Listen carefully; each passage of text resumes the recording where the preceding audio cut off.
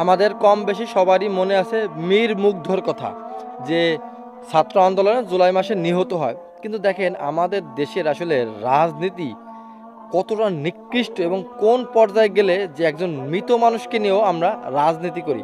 গতকালকে থেকে সামাজিক যোগাযোগ মাধ্যমে একেবারে ছড়াই পড়ছে যে মুগ্ধ নামে আসলে কেউ ছিল না, মুগ্ধ আসলে মারাই যায় নাই, তার মানে স্নিগ্ধ, তার যে যমজ ভাই স্নিগ্ধ সেই আসলে মুগ্ধ।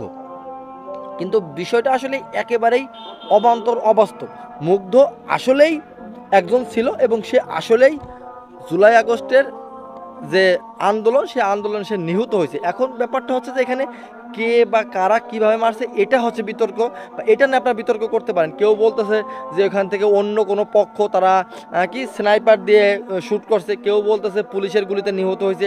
মানে বিষয়টা হচ্ছে এটা হচ্ছে ভিন্ন কথা, যে সে কিভাবে মারা গেছে বা সে কোথায় কিভাবে মারা গেছে সেটা হচ্ছে ভিন্ন কথা। কিন্তু যদি বলা হয় যে মুগ্ধ নামে কেউ ছিল না, স্নিগ্ধই মুগ্ধ, এটা হচ্ছে ভাই একেবারে অবান্তর, অবাস্তব একটা কথা। দেখেন একটা মানুষ মারা গেছে, তাকে আল্লাহ জান্নাতবাসী করুক, সে যেভাবে মারা যাক, আপনার তাকে নিয়েও রাজনীতি করতে ছাড়তেছেন না। এখন বিষয়টা যেটা হয়েছে, যেটা বুঝলাম সেটা হচ্ছে যে গত কয়দিন ধরে সামাজিক যোগাযোগ মাধ্যমে বিভিন্ন জায়গা থেকে মানে শোনা যাচ্ছে যে জুলাই আগস্টে যারা নিহত হয়েছে তাদের অনেকে নাকি জীবিত হয়ে ফিরে আসছে। এবং আমি একটা ভিডিও ফুটেজ দেখছি যেখানে বলা হয়েছে যে জুলাইয়ের ছাত্র আন্দোলনের প্রথম শহীদ সে নিজের মুখে বলতেছে যে না, তাকে নিয়ে যেটা হয়েছে সেটা একটা মিথ্যা অপপ্রচার, সে আসলে এখনো জীবিত আছে এবং এখনো পর্যন্ত বিভিন্ন পেজে বিভিন্ন জায়গায় তাকে নিয়ে অপপ্রচার করা হচ্ছে যে সে মারা গেছে, কিন্তু আসলে সে মারা যায় না। তো এরকম নাকি অনেকে যারা শহীদ হয়েছে বলা হয়েছিল তারা এখন ফিরে আসছে, তা সেটা নিয়েই এখন মীর মুগ্ধ তাকে নিয়ে একটা নতুন রাজনীতি শুরু হয়েছে। এখন কেন হয়েছে এটা আসলে জানি না, কিন্তু খুবই অবাক লাগে এবং খুবই খারাপ লাগে যে একজন মৃত মানুষ যে মারা গেছে এবং যেটা একদম চিরন্তন সত্য। যেমন রংপুরের শহীদ কি আবু সাইদ না কি সম্ভবত নামটা মনে নেই, ভুলে গেছে আর কি। এমন না যে আপনার এটা নিয়ে আবার বিতর্ক করবেন যে শহীদ হয়েছে তার নাম মনে নেই, আসলে অনেক দিন হয়ে গেছে তো নামটা মনে নেই।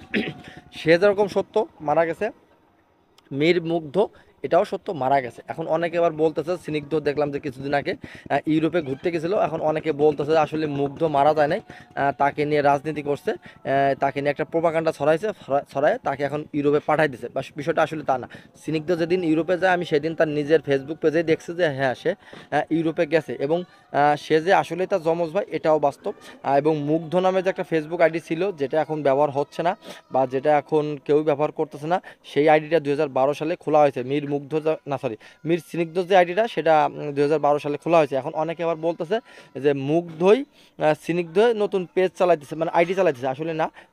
স্নিগ্ধর যে ফেসবুক প্রোফাইল সেটা 2012 সালে তৈরি করা, আর মীর মুগ্ধ সেটা কত সালে তৈরি করা সেটা দেখা যাচ্ছে না, কারণ তারটা লক করা, যার কারণে তারটা বোঝা যাচ্ছে না। কিন্তু আপনারা এটা নিয়ে শুধু শুধু একটা মিথ্যা প্রোপাগান্ডা ছড়ায় না, এটা সমাজের বিভ্রান্তি ছড়ায় না। যে মারা গেছে তাকে আল্লাহ জান্নাতবাসী করুক, তাকে আপনার শান্তিতে থাকতে দেন, তাকে নিয়ে আর মিথ্যা রাজনীতি করে না।